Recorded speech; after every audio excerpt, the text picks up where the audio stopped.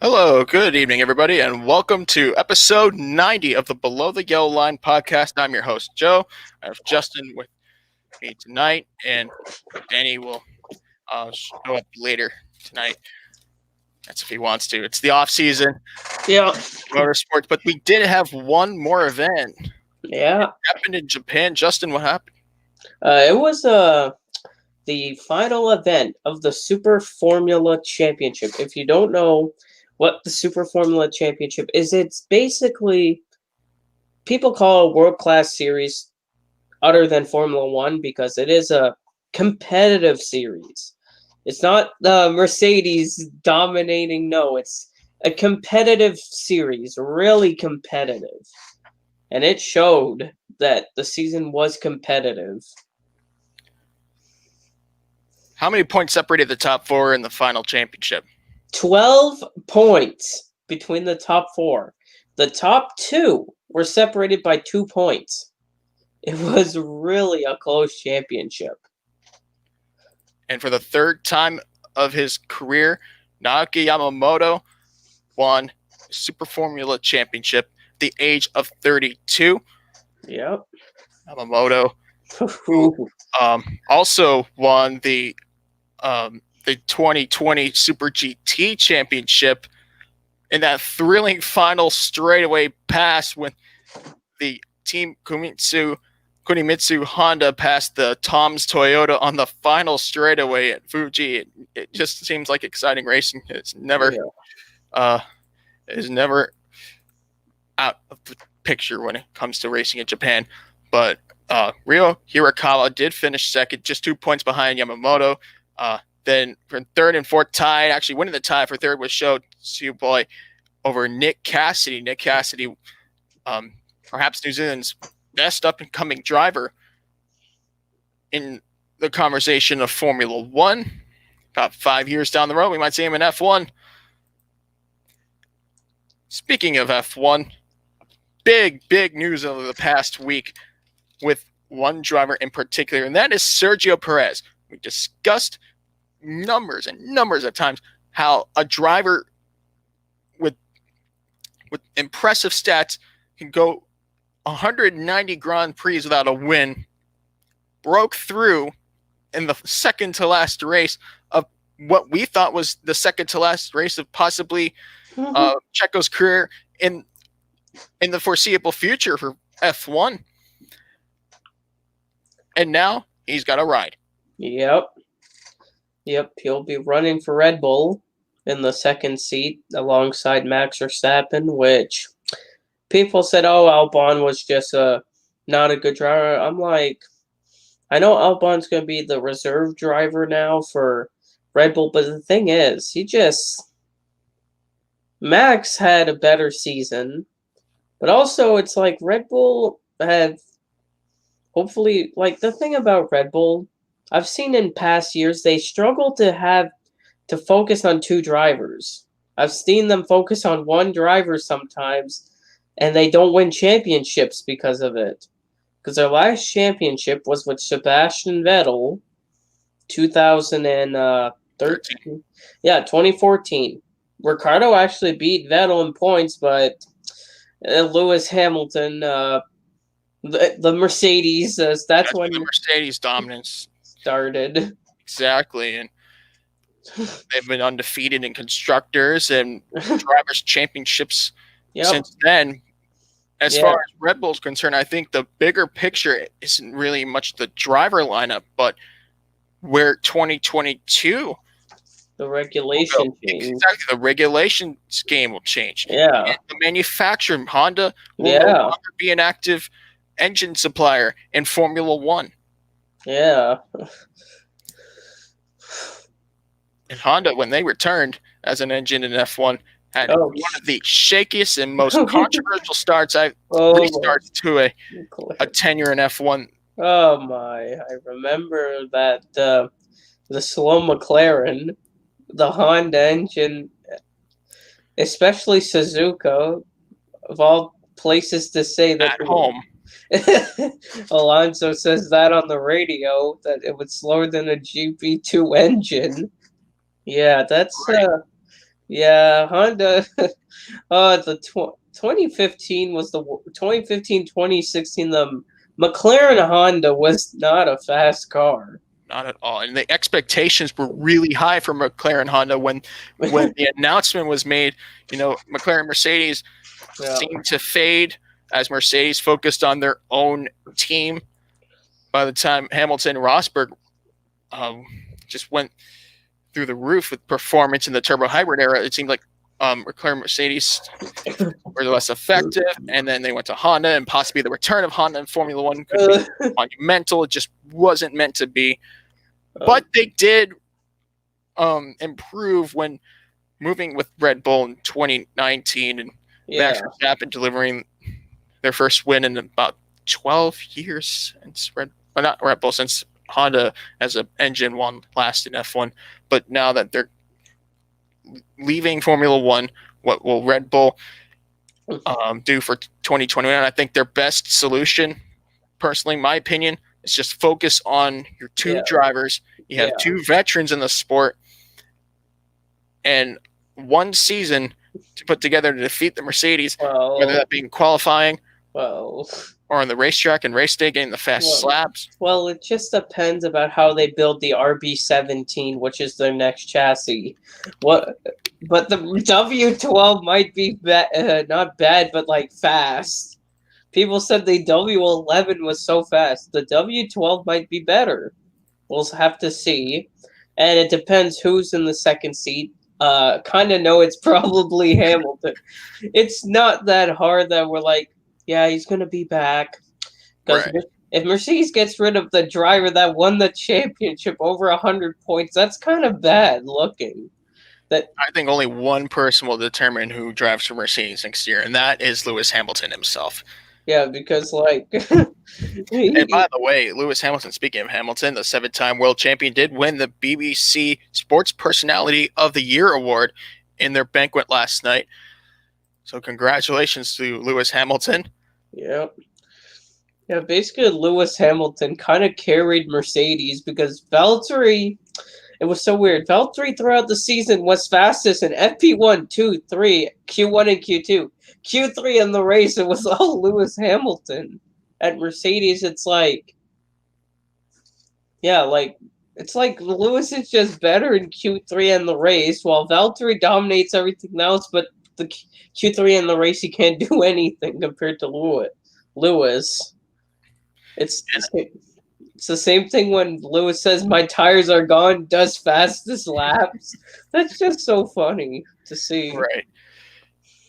So now the F1 conversation can go on about Mercedes and how George Russell at the Sakir Grand Prix could affect possibly the future of the two Mercedes drivers, especially Valtteri Bottas being in the second seat. Yeah. What Valtteri Bottas needs to do to retain that ride. But let's go back to Red Bull for a moment. Alex Albon went from Toro Rosso to switching to Red Bull, going up the ladder mid-season last year to actually being a struggler in the World Drivers' Championship. In terms of the World Drivers' Championships, many critics alike agree that Alex Albon failed to meet those expectations, finishing 7th in the World Drivers' Championship, but he did achieve 2 podiums, the first 2 podiums of his career. However, the tie driver will become a reserve driver. Yeah, because it's like, I also knew that there was a thing called the sophomore slump, which is a true thing if you don't know in motorsports. Many drivers had it, including Kevin Harvick. In 2002, that was not one of his best seasons. So they call it a sophomore slump when in your sophomore season you struggle. That's basically what happened to Albon. But at least he did better than other drivers I've seen. At least he got points. Because I've seen drivers just get no points somehow. Okay, can't be all cynical here, because if let's not forget, Red Bull is expected to be the second best, actually the best constructor outside of Mercedes. This year. Verstappen was okay. Verstappen was able to handle practice and qualifying with those abilities and how quick his pace was on race day. Alex Albon. Now, just think about an athlete here. What if you're the star goalie of a hockey team, and you're not just removed from your starting position, but you're not even a backup goalie. You're like David Ayers. Oh yeah. I mean, not in that class, but like, let's say, here's my example. You get demoted down to the AHL. You're in the American Hockey League after being the starting goaltender for a team that was expected to make the playoffs, but the team didn't make the playoffs nor the division championship or any of that, and now you're back to the American Hockey League. That's essentially the kind of discussion related to where Albon back to motorsports here. Alex Albon becoming a test driver. So you're going from competing race to race to utilizing what the team needs from me whenever they need something from me. Basically, now you're in that position. You're not in the race car on race day competing for wins. You're now competing for a spot. Yuki Tsunoda, who will now drive for AlphaTauri next year, takes the spot of Danny Kvyat. Danny Kvyat will not be in Formula One next year. Another driver, possibly in that same situation that Albon is going through, going from Red Bull demoted, well, not demoted mid-season like Albon, but going back to the junior team of what was then Toro Rosso, and now out of a ride for an up-and-coming driver here. Yeah. As far as Albon's case is considered, he's getting pushed aside for a veteran. Sergio Perez entering the season when knew there was no contract extension. Wasn't going to stay with Racing Point when they rebranded to Aston Martin. Are you going to say Alfa Romeo? Not Alfa Romeo. No. Aston Martin. When they rebrand to Aston Martin F1 next year. Yeah, I was just saying there's no two Alfa Romeo racings. That would be confusing. Leave it to me to screw things up. Formula One, it's a business. Yep, and also the thing about Red Bull, it's so interesting how they manage things compared to other like driver academies. Like sometimes Red Bull just kicks drivers randomly, like not randomly, like after one race. I mean, like after a couple of years, they like the drivers have no contracts, like stuff like that. Like they change many. The philosophy is a little different compared to most of the constructors in Formula One that are successful, like Red Bull. But Christian Horner is focused just like the rest of the team. I think Horner is not a bad team principal at all. If anything, his vision, like most of the constructors, like Zach Brown and McLaren, is to just get ready for 2022 and utilize what's available for the next year.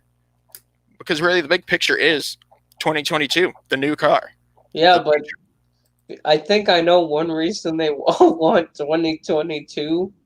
Let me think of a reason.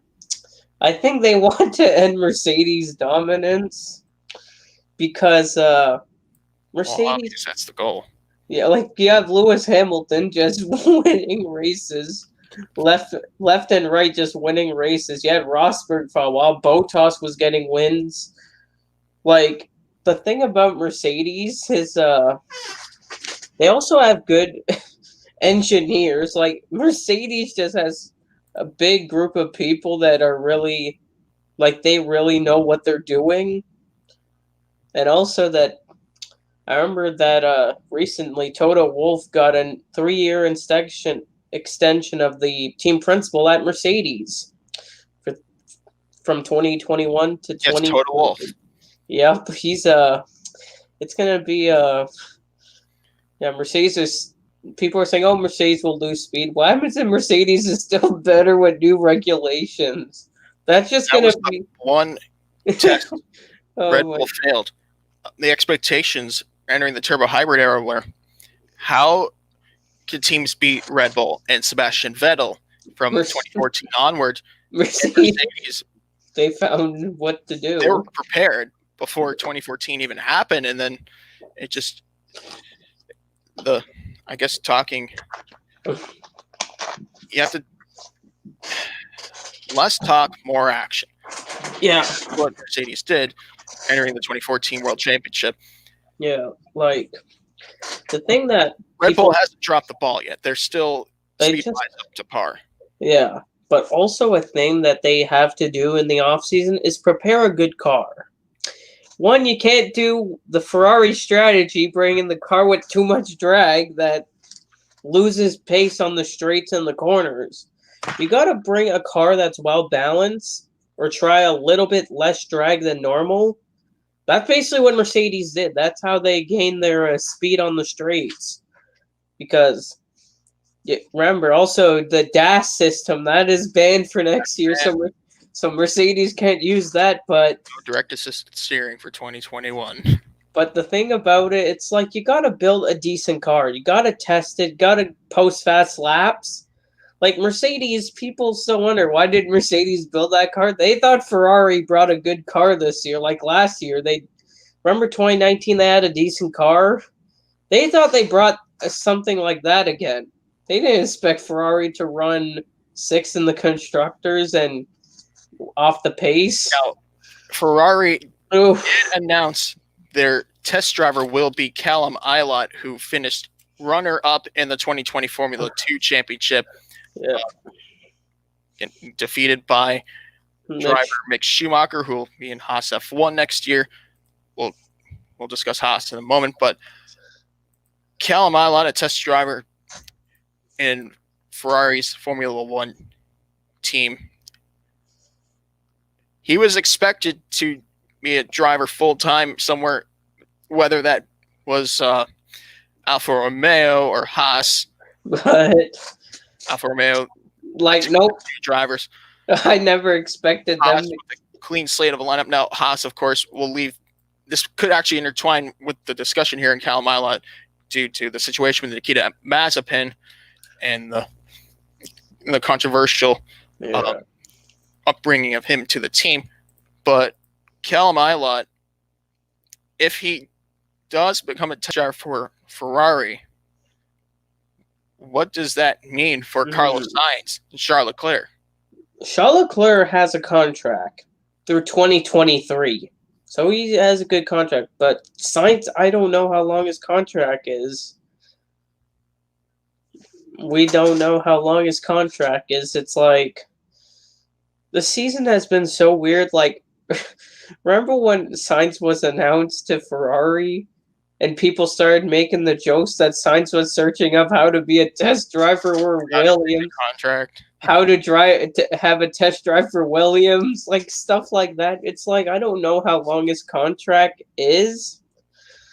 There's nothing known about that contract, but I know people have dreams to run for Ferrari. Oh, that's any childhood dream, right there. But when they bring a car that's not competitive, that's when you're not. Like, you always want to be in the best car possible. They are bringing back the SF1000. Oh, gosh. Hopefully. Exactly. If they have too much drag again and are like, what's wrong with the car again? And say, it's just I think Ferrari could survive a struggling 2021 World Championship rather than push hard and achieve success and have to start all over again for 2022 when the new regulations come out and the new car design is. What about the Williams next year? The Williams, if they bring their hey, you never know what happens if Williams, because their next chassis is the WF44. 44 Lewis Hamilton. I know their car's not going to be fast, but maybe they'll gain some speed from this year, because they gained a lot of speed this year from last year, because last year they qualified on the last row in almost every event. But this year they actually didn't qualify on the last row. That was mainly Haas F1. Their VF20 was not a good car. Yeah, Haas they struggled this year. And I don't know if next year will look any better. Unfortunately, I mean, it's really a tale of two stories here. One, there's Mick Schumacher, son of 7-time world champion Michael Schumacher, who just won the Formula 2 championship, beginning his career in motorsports' highest level. And then on the other side of things, you have a driver, Nikita Mazepin, who at the age of 21 is a long history of controversy on and off the racetrack, and his recent off-track behavior is resulting in a massive roar against him being in Formula One. And I personally don't think Nikita Mazepin's behavior is warranted for a spot in F1, and whether the sponsors of Haas agree upon that, which unfortunately for a lot of paid drivers in the sport, they go through the system like an elevator, while other drivers who are less financially fortunate have to climb the stairs and be lucky if they make it to the next floor. Callum Ilott, of course, by many fans that I've seen on social media, say that he could be an alternate, or Pietro Fittipaldi, who ran in place for the injured Roman Grosjean in the final 2 races. But if Nikita Mazepin races in 2021, I think he should be lucky. But for me, it's just well, Haas is not going to get many points next year. I don't know if even with Schumacher. Yeah, people are saying he's going to be winning races out of the bound. Like, Haas F1 is not a fast car. Like, no. The VF20 was a bad car. Like, the VF20, like the best Haas car they ever built was their first season. Absolutely. This one was just one of the worst. Last year was bad too, but this year they only got 3 points, and 2 of them was with Grosjean, and Magnussen got 1 point. Like, ugh. Oh, I guess the SF1000, that's the same chassis, but this year it's they're using the same car, but they named it the SF21 because for 2021, but it's the same car. Naming the car won't make the car any better on the racetrack. It's like the paint. Remember the 1000 Ferrari race? They said, "Oh, it's the paint is going to make the car faster." And no, they didn't even get points. McLaren will have the MCL 35M. That's their name of the car, and Red Bull, the Red Bull 16B. Yeah, that's what those are the only 3 teams confirmed their chassis. We do have McLaren Mercedes back. I think McLaren Mercedes. Yeah, I feel like we'll have a bright future. And maybe 2021. I wouldn't be surprised at all if we'll see double podiums. I'm going to make that prediction right now.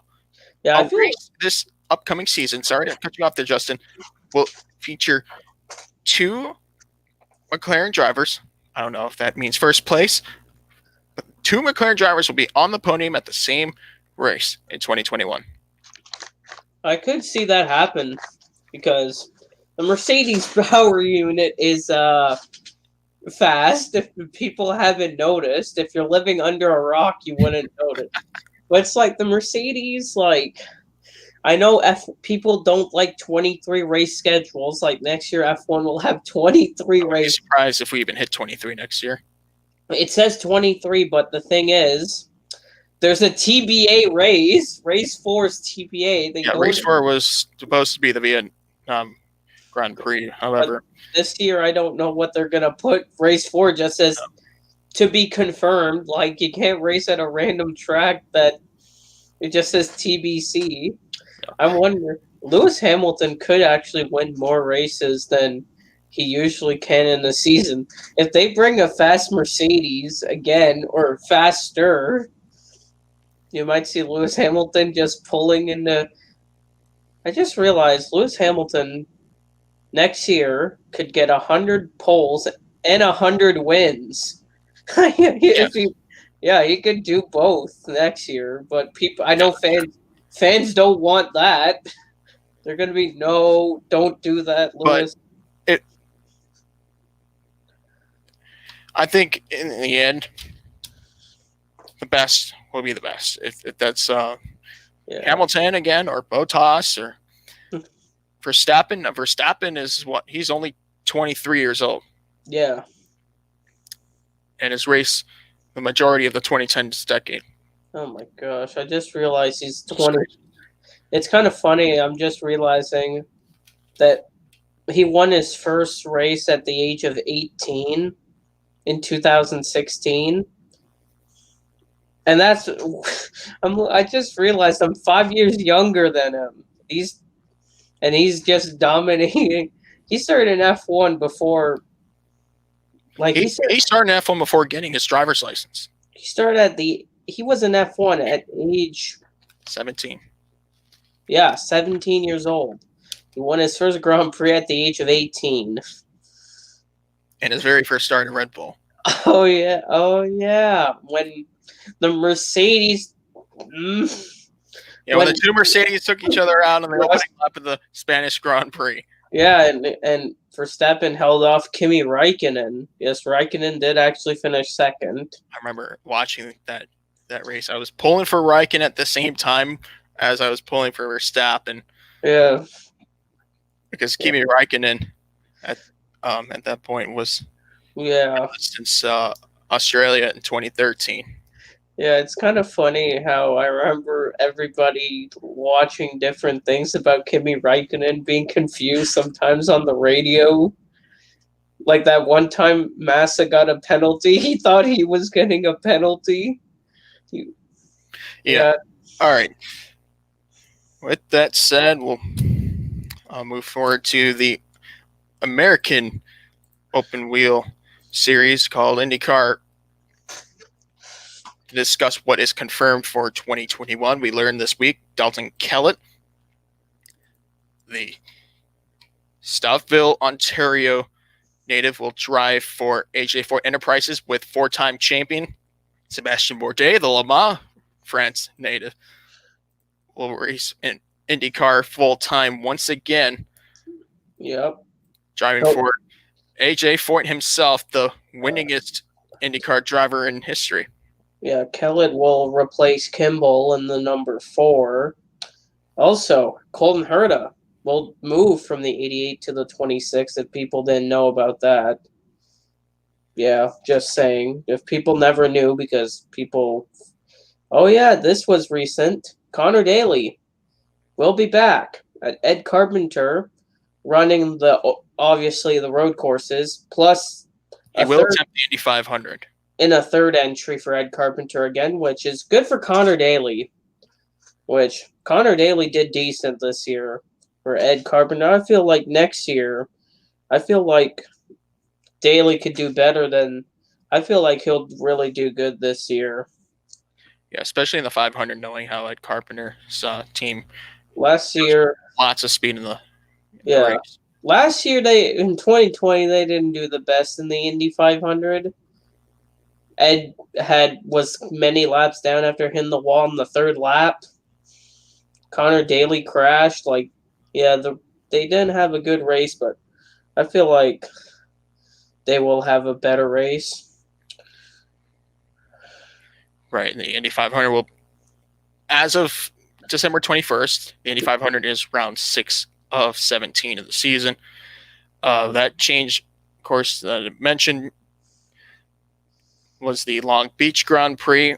As it stands, we'll hold the final race of the 17 round championship in Long Beach, California on the 26th of September. That round from April 18th was already moved to the 26th of September. The state of California.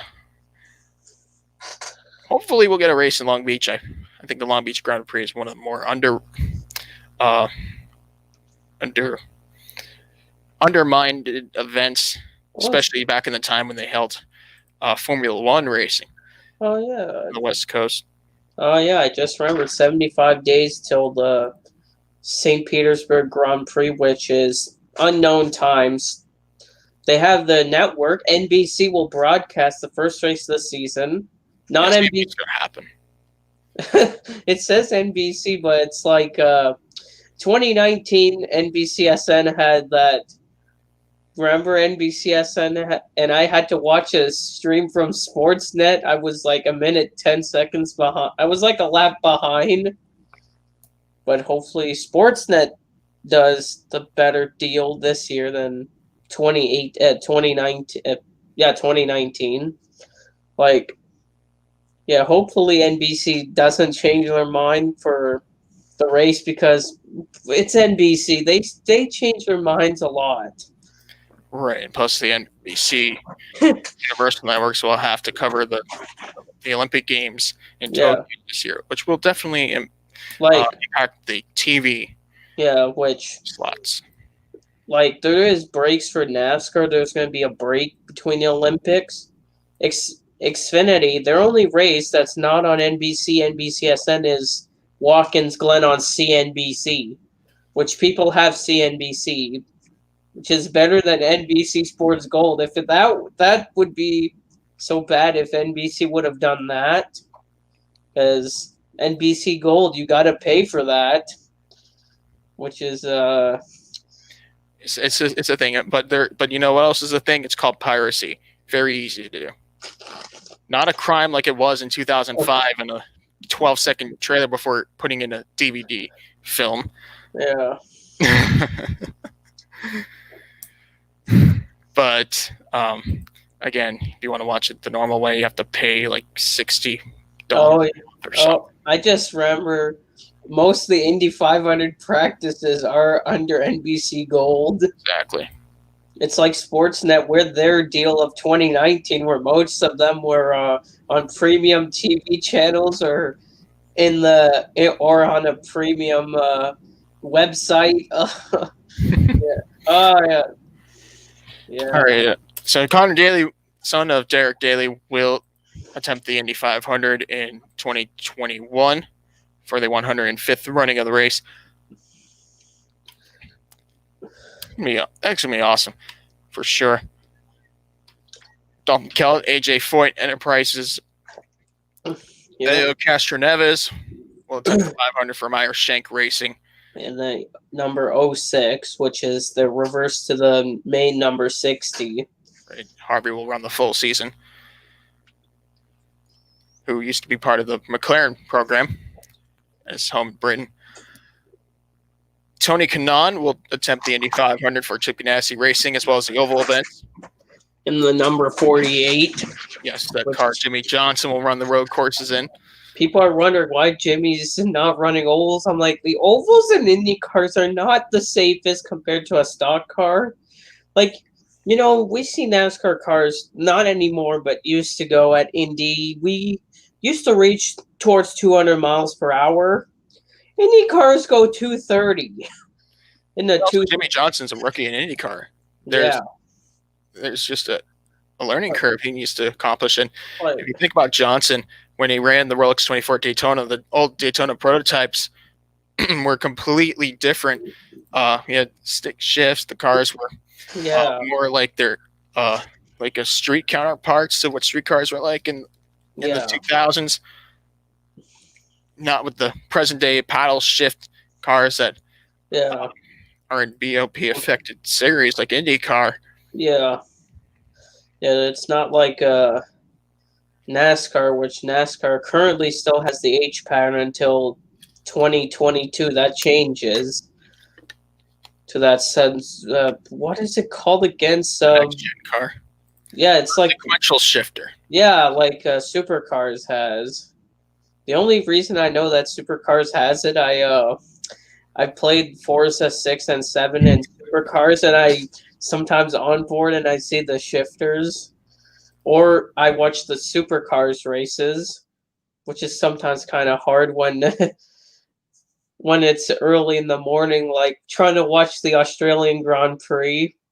Example, that's kind of hard for people that usually sleep at normal hours. So NASCAR's next gen car, which is set to debut in 2022, already had another test session. In fact, this past week, Daytona Oval. yes, the first test session on a super speedway with Chris Buescher driving. Yes, Chris Buescher drove the car. The test session Yeah. on December 14th and 15th were ran by Chris Buescher, himself the 2015 Xfinity Series champion. Yep.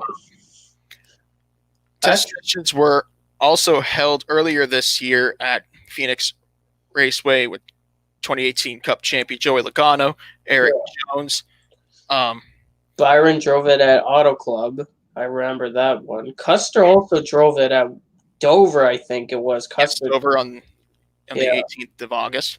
Truex and Kurt Busch drove at Charlotte at the Oval and Roval. I remember that. Felipe Nasr drove the Daytona road course for some testing. Remember, he's a driver for Action Express Racing. Action Express Racing sports car team is actually operated and owned by Jim France himself. Yeah. Is the owner of the he's actually the CEO of NASCAR right now and a longtime owner of sports car racing. So that's going to have a big say-so for where road course racing might look like in the future. Danny, how's it going? Going good, guys. How you going? I'm good. Great. We were just talking about the next-gen car for 2022 that was supposed to debut in 2021, but due to pandemic and everything holding everything up, the car will begin in 2022 with one more season left of the Gen 6 car that began in 2013. Yeah, when the 2013 for most of the part, I remember the Daytona 500 in 2013 when there's some points it was just single file, or oh my gosh, the car was much heavier compared to the car of tomorrow that was the predecessor. But I still remember when Dale Jr. said that if Danica block me once, Dale Jr. said block me once is okay, block him twice, you're gonna end up in the wall. Yeah, that's Dale Jr. was not liking Danica blocking him too much.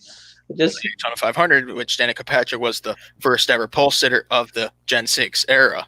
Yeah, and then she also led a lap in the Great American Race. Right. Yeah. Yep, I still remember that race. Yeah, I do too. 7 years later, I'm like looking back and saying, this is the new era, new Gen 6 car. What the Gen 6 car did reintroduce was manufacturer representation, which if you look back at the car of tomorrow, and even the Gen 4 car a little bit, kind of robbed that individual look of each manufacturer. Yeah. Like many people on the internet back in blogs from 2008, 2009 always referred to NASCAR as the IROC series for a while because all the cars look the same. Yeah, I remember that. And I remember still people were saying remember when NASCAR introduced the COT at the short tracks in 2007? Mm-hmm. Remember what happened in that first COT race? That finish at Bristol? Yes. Remember what Kyle Busch said? He said the car sucked. I remember in his interview after the race. Was that in 2007? Yeah, when Kyle Busch won at Bristol in 2007 for Hendrick, he said I remember that. He said the car sucked. It's like, That's kind of bad. Wins the race, and then he says the car sucks. Right. And NASCAR's like, yeah, that I remember. That was when they had the wing, not the spoiler yet. They had the wing. The real problem with the car tomorrow, when the car tomorrow was introduced 13 years ago, especially for that car being in the schedule partially for 2007 before the full season 2008, was the cost of the car and what Americans were going through in 2008 with the economic crisis, a recession around that time. Yeah. Was just a big killer. We saw teams merge with each other. Oh yeah. Teams sell out, closing doors. Oh yeah. I remember one of the teams that merged. Gin Racing. That team. That team. That bought on MB2 Motorsports. Yeah, and then I remember Earnhardt bought the remaining assets. But I just still remember about those stories about that banner that was flying on top of Charlotte Motor Speedway saying, Oh man. Does Bobby Ginn owe you money? Oh my gosh, I just remembered hearing about that. Oh my god. Yeah, I remember. And then I guess it was DEI employees, 2 of them got fired. Wait, those are 2 DI employees who put up that banner? Yeah, because they got fired, and Bobby Ginn owed money to those people. So Bobby Ginn's one Army car was bought by Teresa Earnhardt for Earnhardt Incorporated, and it's not like Teresa Earnhardt is free from any scandalous behaviors either, which of course the demise of Dale Earnhardt Incorporated the year after. Yeah, and of course you think about the economic crisis at the time. That's what happened with Chip Ganassi Racing. Believe it or not, they were struggling badly in 2008 with money and just sustainability.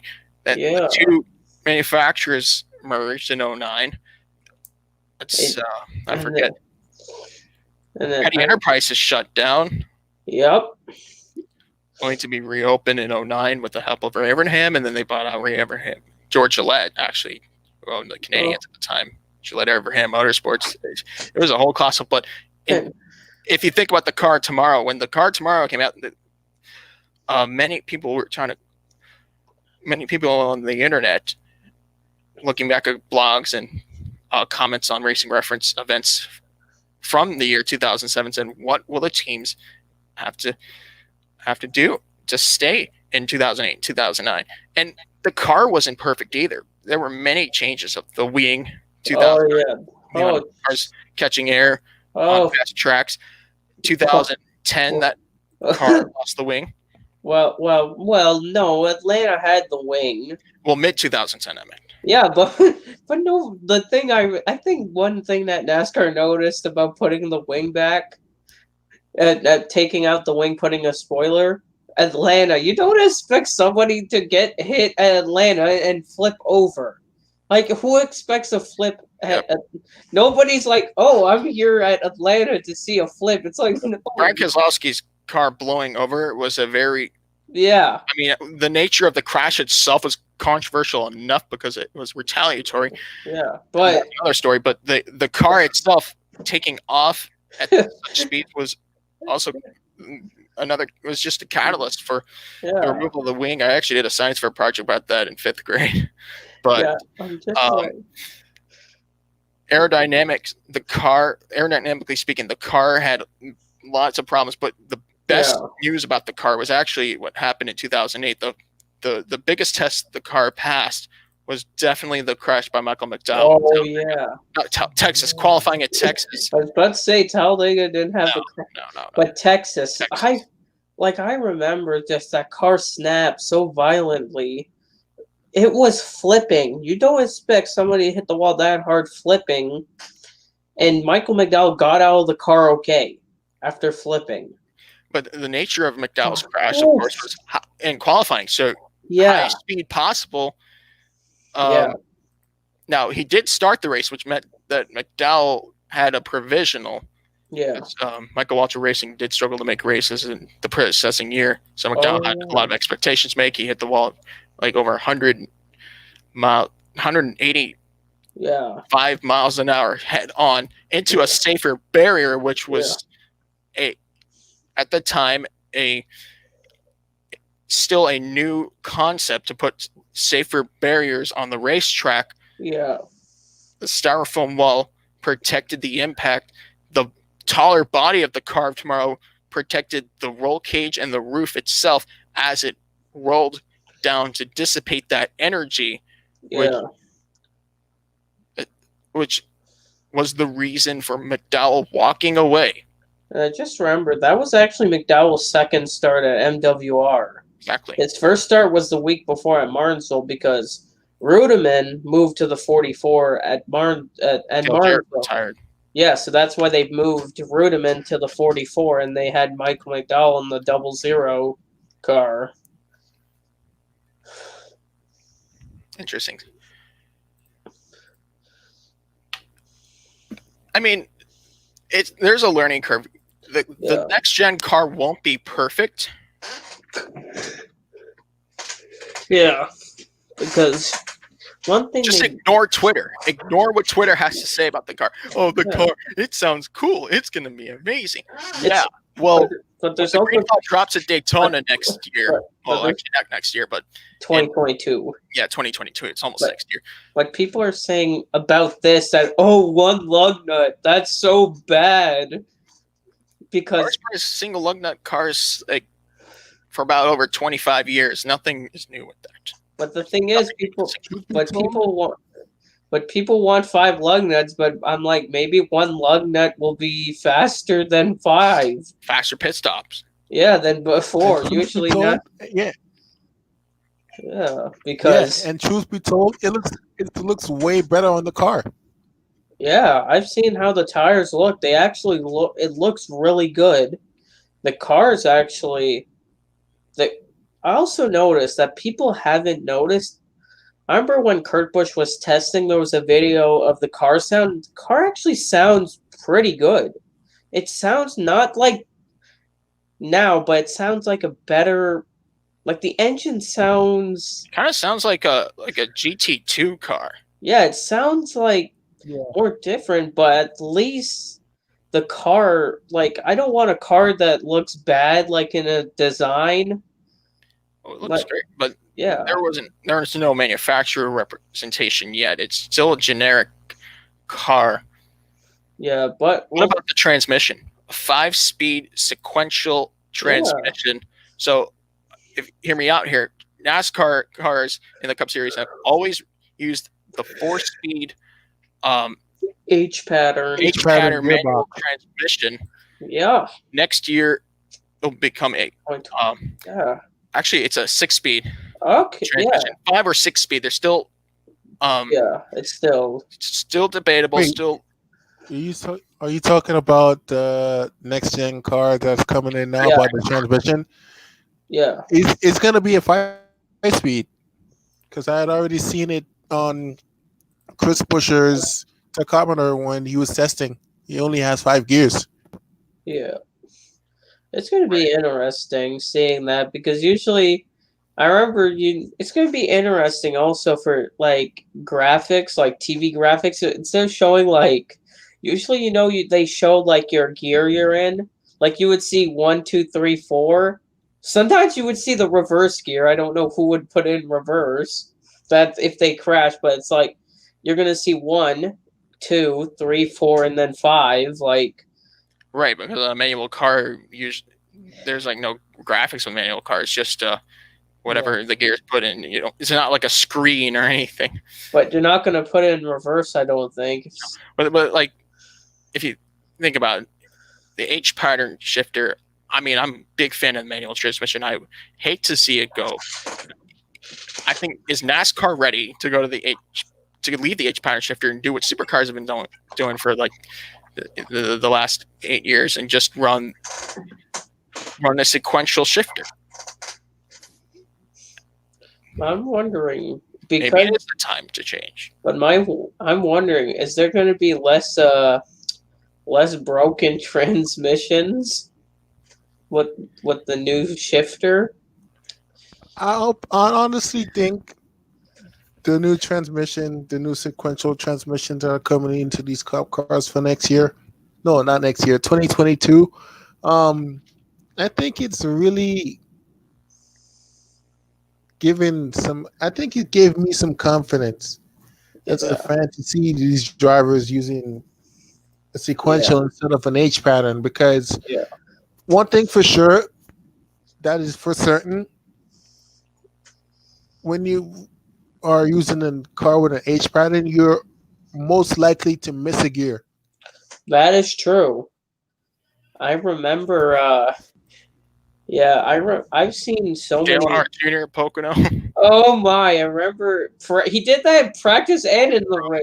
Martin Truex Second Jr. to in Darlington. Oh, yeah. You just drivers just break transmissions, but I mean, that's not always going to be cure. You can't just cure transmission problems by not having an H-powered shifter. But I think maybe in terms of just how racing has been globally, like touring car racing, they haven't run the H pattern anymore. I don't think the TCR does it as far as I'm concerned. But supercars. What about road course ringers? You know I love road course ringers. I love when drivers from outside NASCAR can come to the road course races and they show their front.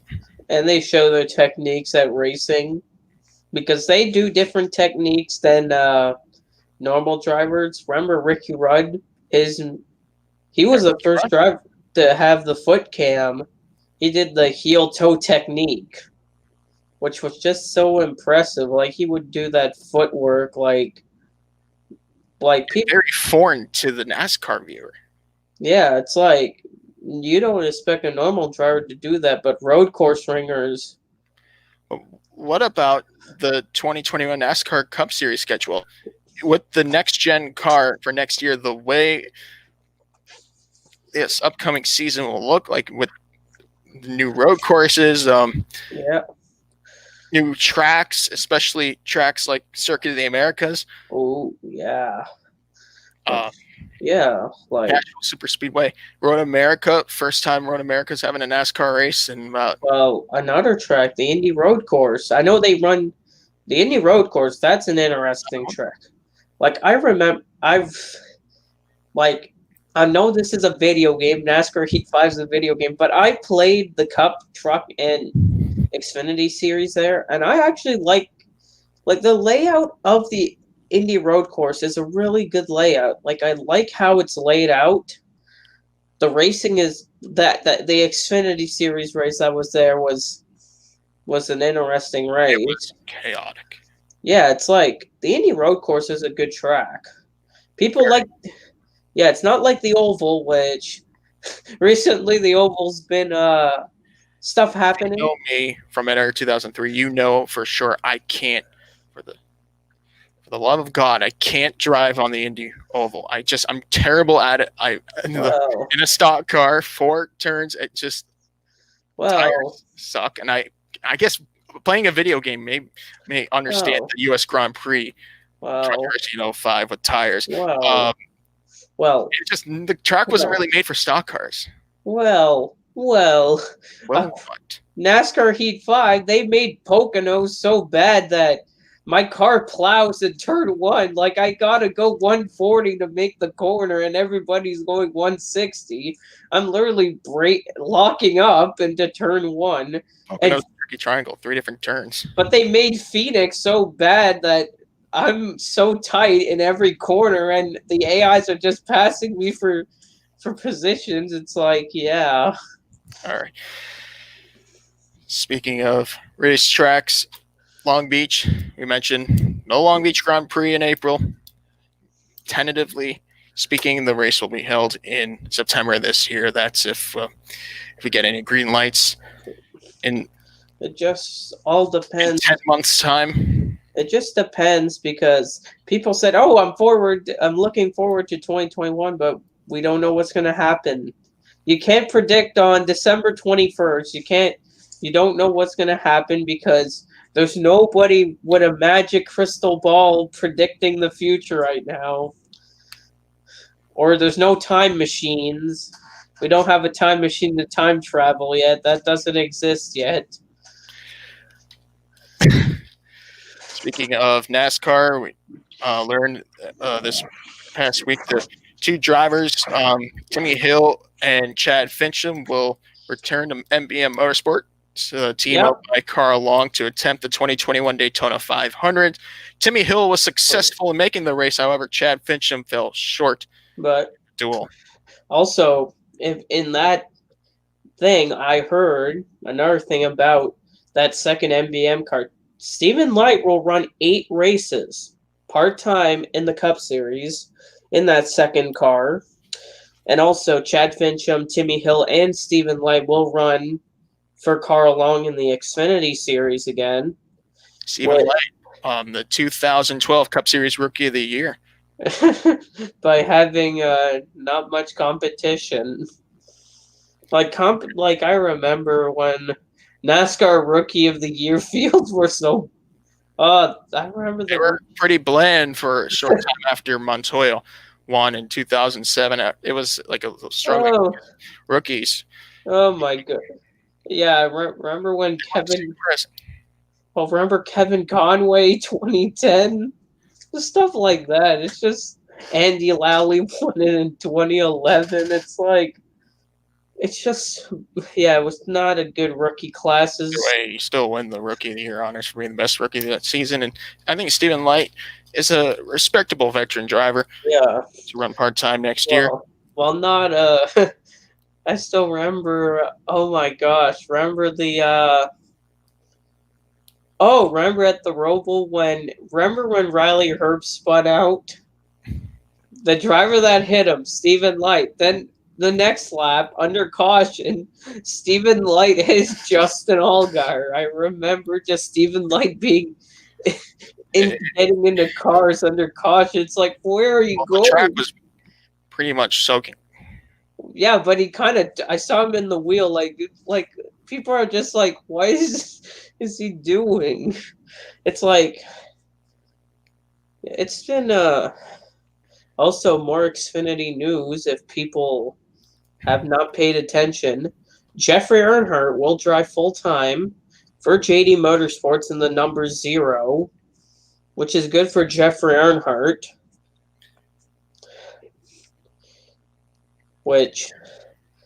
Welcome back, Jeffrey Earnhardt. No, 2019 Earnhardt, who part of the great family. Yep, I remember. Had a contract with Joe Gibbs Racing, and led many laps. He was actually running up towards the front of the Daytona 300 race. Oh yeah. I went to Michael Annett. Oh yeah. His first career win. Also, a thing about Jeffrey Earnhardt that people forgot. Remember at the Charlotte Roval? Remember that he finished 11th? 11th. Don't know what happened? He actually had a broken track bar. He had broken track bar and different broken parts on the car before the race.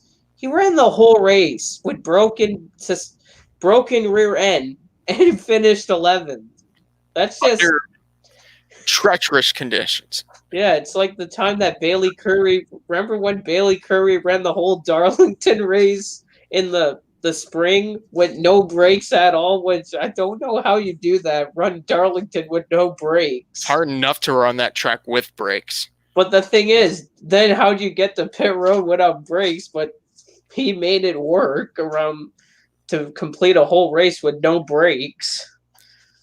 Speaking of the Xfinity Series, Patrick Emmerling will return to our Motorsports to run part-time. That second entry. Yeah, second entry that debuts at Daytona next year with Tyler Reddick. Yeah. Santino Ferrucci run 20 events. Brett Moffitt will run the 02, the other entry, the full time, and the 02. Yep. And also, we're thinking about Sherry Pollock, the longtime girlfriend of the 2007 two-time Xfinity Series champion Martin Truex Jr., 2017 Cup Series champion. Yeah. She's back under treatment for stage 3 ovarian cancer, has recurred over the past weekend, and she's hoping for the best. She cancer in 2015. 6 years ago. It was about a 2-year battle, and now she's back under treatment. We just hope for the best, because Martin Truex Jr., Sherry Pollock's, they're great for the sport. The Sherry Strong Foundation was created by the two, and I just want to see them at Daytona. Yeah. I think we all do. In NASCAR Truck Series news, new team will generate with the help of former driver Willie Allen and Rackley Roofing owner Curtis Sutton. Operate Rackley WAR. Yep. They're expected to debut in the Daytona 250 in February. I also saw that recently. Remember there was the rumors about Spencer Davis running? He's going to be running so far the Daytona races, the Daytona Oval and then the road course, which you might see Spencer Davis run more races in 2021, which Spencer Davis is one of a decent owner driver, and he bought the equipment from the Rhett Jones Racing truck program, and he fields those. He fields the 11 entry under his name, Spencer Davis Motorsports, and Spencer Davis does bring experience in the truck series with him. Let's see other truck series news here. Truck series. Former truck series most popular driver, 2-time winner back in 1998. Stacy Compton is reportedly hospitalized with COVID-19. Stacy Compton was part of the returning factory-supported Mopar program when Dodge returned to NASCAR in 2001 at the Daytona 500, when Compton and Chad Knaus put together a strong runner-up qualifying run for Junie Donlevy. And Stacy Compton, at the age of 53 years old, is undergoing treatment after testing positive for COVID-19. He was best for Compton. His last start was in 2012 at Pocono. Rick Ware Racing will field 4 full-time NASCAR Cup Series entries in 2021. Oh my gosh, I just saw that. There's now people are saying, who's the next manufacturer in NASCAR? Dodge, BMW, Volkswagen? Oh my. That would be weird, a Volkswagen in NASCAR. That would be the weirdest thing. You can watch her be fully loaded for that. Well, I remember listening. I guess Jeff Byrne once said, how did Ward Byrne get into late models? Do you want to know what Ward Byrne started racing it with? He started running the Volkswagen Beetles. Guess who owned those Volkswagen Beetles? Were owned by Carl Long. Daniel Suarez is an avid bug lover. He owns plenty of them. In fact, where Suarez grew up in Monterrey, Mexico, there's a huge following for the bug, and you can easily purchase purchase a Volkswagen Beetle for a retro one for very, very low amount. Yeah, like for me, I've been noticing this year the off season has not, for the off season is not Oh, whoa, whoa, whoa. Oh. What are you looking at, Justin? There were, so far, we have 209 entries for the Chili Bowl so far. 209. Interesting. Oh, Kyle Larson has entered the 01. Winning. Justin Allgaier's not involved, but he's More entries will. Ooh, Brad Sweet, David Gravel. Is Christopher Bell there? Probably he is. I just got to. Oh, Chase Briscoe's obviously going to be in the race. Oh, I thought I saw Christopher Bell. Christopher Larson. That's an interest. Okay, nope, that's Tanner Thorson. Okay. Chase Elliott. He's in it. Chase Elliott's going to run. Santino Ferrucci's going to run it. That's interesting. Turn it. I thought this was Sam Hornish Jr. Stam Hafertate Jr. I thought it said Hornish. No, Cody Ware. That's interesting. A lot of interesting. It's hard enough to make the race. The Chili Bowl. Yep, it is. It's one of the hardest events to get in because all those qualifyings events, basically it's just so hard to make the event. Oh, yep, Christopher Bell's in the 84X. Gio Scelzi. Yeah. Brian Ellis, yeah. There's going to be more entries, but so far 209. Usually you don't expect 209 right away, but there is a lot of entries. There's always a lot of entries in the Chili Bowl. Which, last year's Chili Bowl was an interesting one. Which Kyle Larson last year finally won the Chili Bowl in 2020. We thought everything was normal until, yeah, that's 120. Then that's 2020 for you. Everything is normal, and then something crazy happens. It's like the 24 hours of Dubai, or the 7 hours. Speaking of the 24 hours of Dubai, we have loads of entries. Right now, as it stands, the 2021 Dubai 24 hours that will take place on the 15th and 16th of January next month. Actually, less than a month from now. Yeah, we are 57 cars overall. Oh, yeah.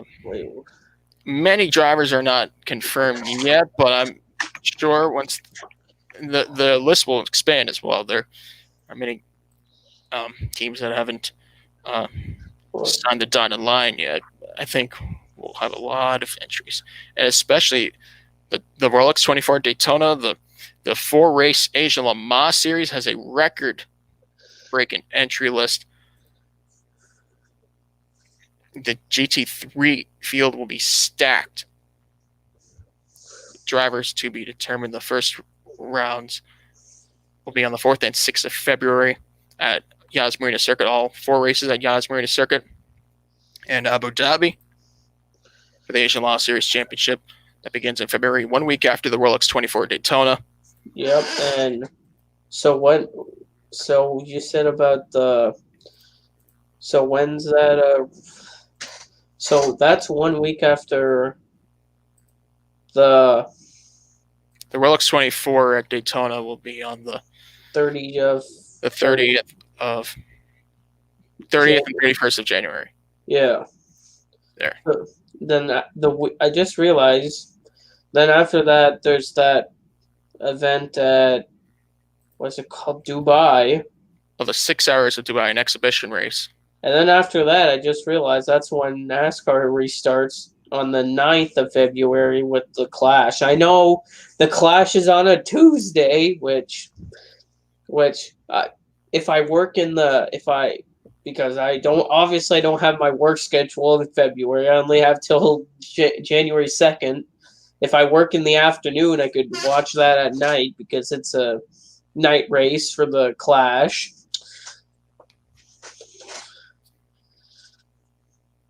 clash on the Daytona road course for the first time. Yeah, it's going to be interesting because I know that people are like, oh, Chase Elliott's going to win it because Just write it off. Chase Elliott's going to win because he's been undefeated at the road course since Watkins Glen of 2019. But the clash is not for points. It's just for money and a trophy. That's what it's the same thing with the All-Star. You get the money and a trophy. But because Auto Club not being on the schedule. Oh, yeah, it gives you practice. Fontana gives the lack of Fontana. Now we have the Daytona road course moved to round 2 of the season. I just realized that it's a good thing for the drivers in the clash. They get a kind of little practice with that race. The people that are not in the clash are going to kind of have a little disadvantage. And hey, remember, if you think about the cars not being necessary at all after the clash is over, think again, because now it's going to count in the championship 2 weeks from the the clash when the Daytona road course event happens, and you're going to need to use that car again. But this year, there's not going to be a car junked up like Eric Jones's car. Remember Eric Jones in the clash with that car? Oh, in the normal race, the car would have been already out, but Eric Jones won. It was, remember, there was cars that were four clean. Cars are on the lead lap. But remember, there were some cars that were clean, like no damage. Eric Jones had most of the damage. He ends up winning the clash. Like, I still can't wrap my head around that from this year. Yeah, and Joseph was saying about he wanted to be in the 14 car. I remember Boyer caused the crash. I'm like, put Briscoe in the 14. You, Joseph, you said you were going to be driving the 14, and you said you'll bring it to victory lane. But speaking of the Daytona road course, Chase Elliott will make his debut in the Rolex 24 Hours of Daytona next month. He'll be driving for Action Express Racing and Cadillac next month for the 2021 edition of the Rolex 24 Daytona. Wait, hold on. So you're saying there are going to be 6 drivers now with Action Express Racing? No, that's a second car. Chase Elliott will run second. Will be in the second car for Action Express. Yeah, Chase is in the 31. Yeah, Chase is in the 30. Yeah, 31 entry. Yeah, which is gonna be That's a very good lineup. I'm looking right now. Pipo Derani, Philippe Nasr, Mike Conway.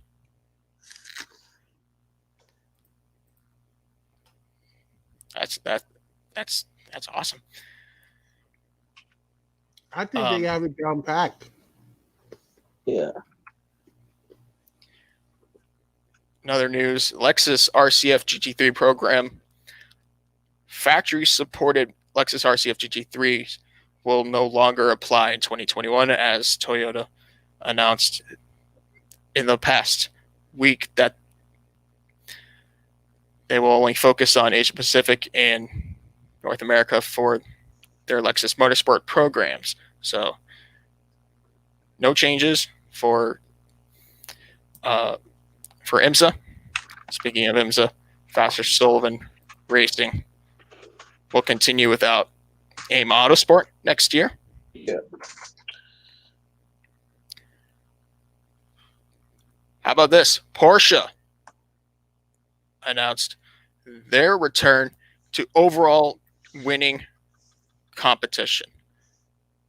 That's right. Porsche, the leading manufacturer in overall Le Mans 24-hour victories, 19 of them, will attempt their 20th Le Mans 24-hour win in 2023 with a factory LMDH program that will debut in the Rolex 24 that same year.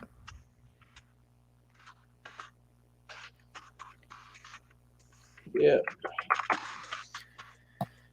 Sports car racing is going to look bright in the future. I always do. Supercars news. Yerbus Motorsport in 2017 winning Bathurst 1000 winning driver David Reynolds part ways, and Yerbus will sign Brody Kostecki to the team. Brody Kostecki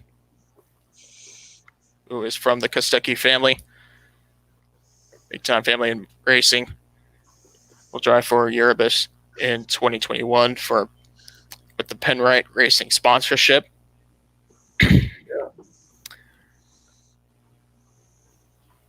Scored 2 wins in Super 2 this year. Swept Adelaide. Some good stuff. How about this? Fabian Coltard added to Team Sydney by Techno Racing. They will switch to Ford Mustangs in 2021. Fabian Coltard, the second cousin of David Coltard, will have a new ride in next year's Supercar season, which will be consisted of 32 races in 12 weeks, beginning with the Mount Panorama 500 in Bathurst on the 27th and 28th of February.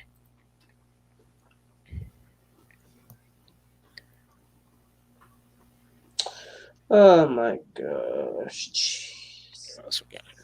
I'm still seeing people saying that Eric Jones will make the playoffs. I'm like, I think he will. I just don't know about the 43. People are saying, oh, it's always been the driver of the 43. The car is not a competitive car. We've seen the car just get laps sometimes. It's like the car is not competitive. Oh, yeah, I just saw that. Oh, I just saw on Facebook. That's interesting. Oh, I forgot. I completely forgot to mention this. Corvette Racing will have many changes in terms of management next year, including Doug Fiam, longtime leader, steps down from Corvette Racing. Pratt and Miller sold for $15 million to Oshkosh Corp. So new ownership for Corvette next year. Ricker Racing. We run in LMP2s in North America this time around. They were supposed to race in the 2020 Rolex 24, but they could not sustain enough buck, so they pulled out. But they'll run again with help from Eurasia Motorsport. I just saw Case Kane will also run the Chili Bowl in his number 57 entry. I just saw that. Cool. Yeah. More sports car news. Marco Bortolotti, the Italian driver, will return with the Italian manufacturer Lamborghini in 2021. Bortolotti moved to Audi with some fairly not unexpected, but with fairly high expectations, but wasn't able to fulfill them with struggling numbers. So he left the Audi factory program to return to Lamborghini, where he picked up back-to-back class victories with the manufacturer at the Rolex 24 at Daytona in 2018 and 2019.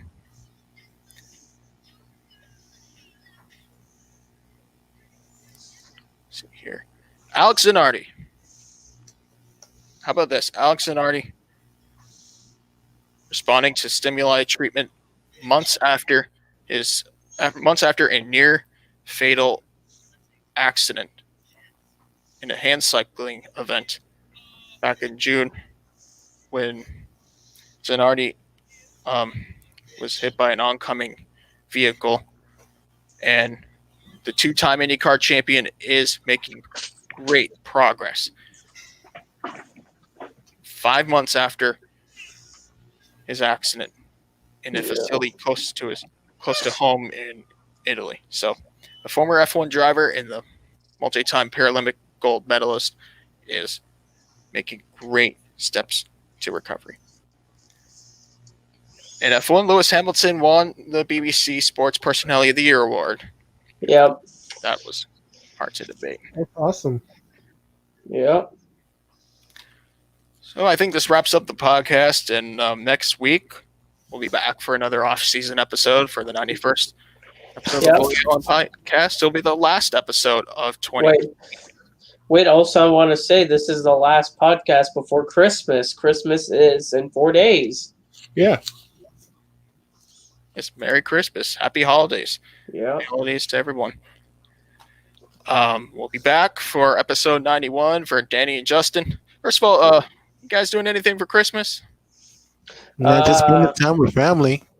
Yeah, that's the only thing I'm going to be doing because obviously I'm not working. I'm working Christmas Eve, and then I'm off Christmas and Boxing Day, which then I work on the Sunday, which is Boxing Day sales. So people are going to go crazy for Boxing Day sales.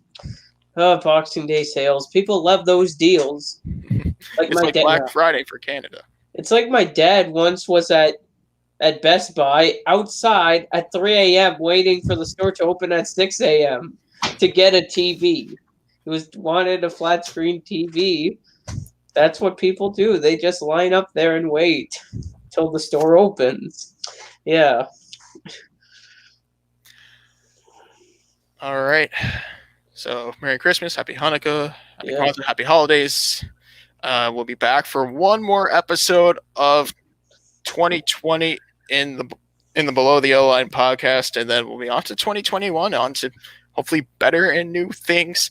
We'll see. However, keep that subscribers count number. Let's get that sub count moved up to 200. Let's get there. We're at 188, I believe. Yeah, 188. Not enough. Let's hit 200. Let's hit 200 before January 1st. We'll see if that happens. We're getting there. Yeah, but I remember somebody once made a joke that what happens if when the time changed to midnight that it just stays 11:59 then 11:60. Somebody made a joke like that. That would be so bad. 11:61 and that would be a really weird time. December 32nd. That's not that would be weird. Yeah. Y2K. All right, for Justin and Danny, I'm Joe, signing off. Have a good night.